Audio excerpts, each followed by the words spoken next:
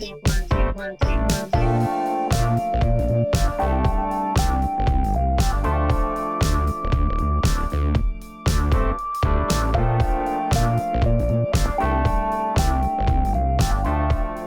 Tokyo, my dear friends. This is Daisuke, and I very much hope that this video finds you well and in very good spirits wherever you are in the world. And today, if you don't mind, I'd like to continue on with our discussions of 1970s disaster movies.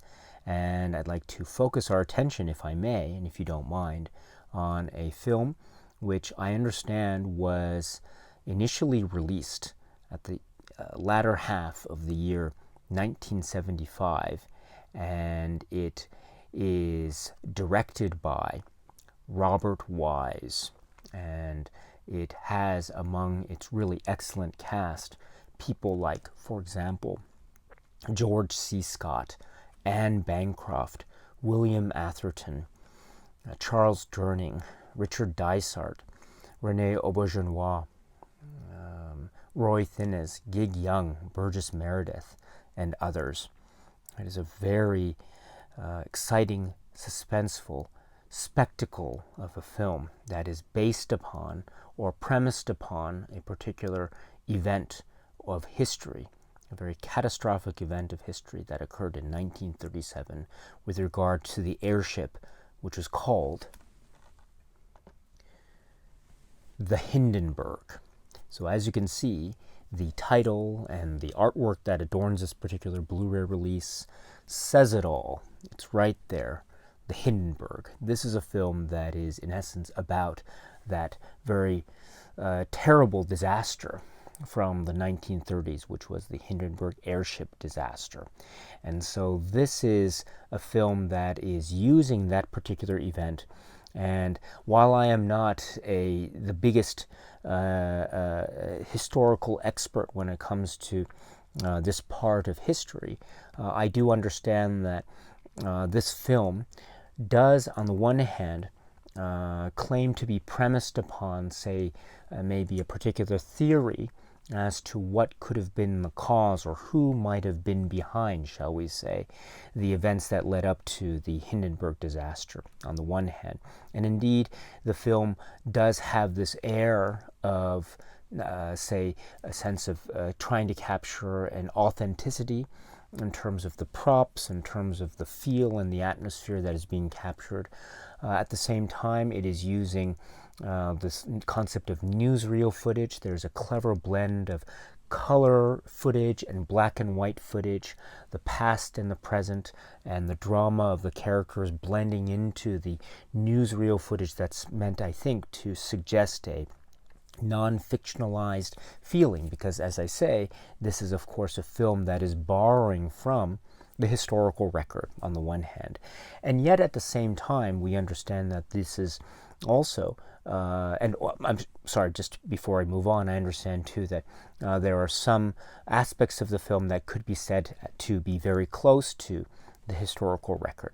On the other side of the coin, we have a film that is, of course, a fictional construction of a particular story or set of stories that are forming part of the cinematic depiction, if you will, using this event of the Hindenburg disaster as the focal point. And so in that style, or in that spirit, we have a film that focuses in on a number of characters that in one way or another are connected with the airship, the transatlantic passage, and leading up to the particular event in question. And so in that spirit, we have a disaster film in the sense of having a wide scope of characters, each with his or her own little, say, background or history or sense of mystery or the like, and their own purposes or missions or reasons why they end up on the Hindenburg flight in the first place. And enveloped in that, or involved in that, or interlinked with that, is a story about an investigation or a type of mystery, if you will, as to some kind of possibility that there could be a plan to sabotage or to destroy this particular flight. And it's up to a certain group of characters to try, in essence, to not just protect the people on board in question, but also to try to figure out the answer to this particular mystery. Who, if anyone, is planning to sabotage the Hindenburg? What kind of plan could be afoot in order to cause some kind of damage or destruction to the passengers and crew and ship? And so part of the film is also a type of mystery film. And it has an investigative mystery element to it in terms of how it's presenting the information, the cast of characters, the so-called suspects, as it were. And we see, headed by the main character played by George C. Scott, we see this propulsion forward as to who each passenger is and what his or her background might be that could have some clue or indication as to their potential involvement in whatever is to ensue. And along the way, we have scenes, of course, involving the ship interior itself, both in terms of the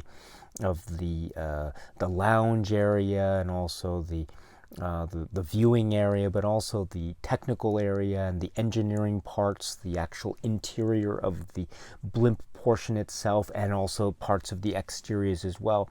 And so there are moments that provide, I think, a source of suspense and action, and quite frightening situations that are presented in a very stylistic way, but also in a type of matter-of-fact way by Robert Wise and crew. So I think this is a very suspenseful film, and it's presented very well in terms of this mystery element and also the disaster film element and also the human drama element. I like the human drama elements too, because there is not this, how should I put it, there's a real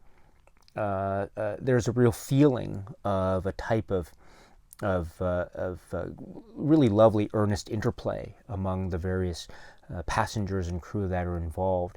And there is a nice chemistry among everyone.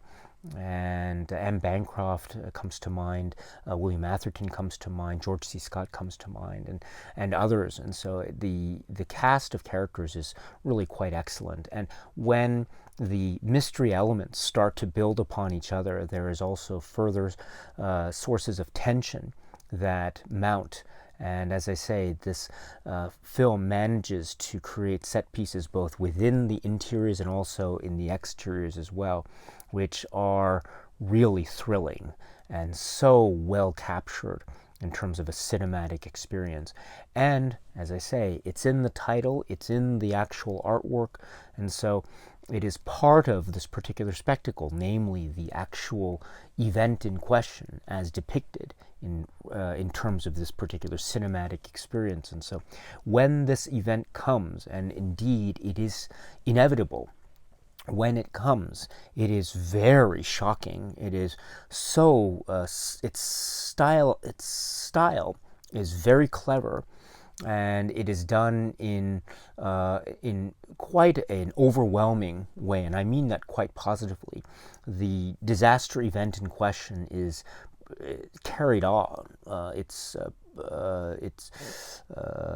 was going to say performed, but it's presented in the cinematic fashion by Robert Wise and crew with such incredible cinematic dexterity and thrill and all the various elements that are occurring, and it creates this sudden surge, if you will, of panic and real dread and danger and risk, and you really feel the impact and pain and the flames and the fire, and how everything is just a total chaos. The way in which the film is able to depict this sense of horrific chaos in this, as I say, event that is inevitable, is so thrilling and very, very effective.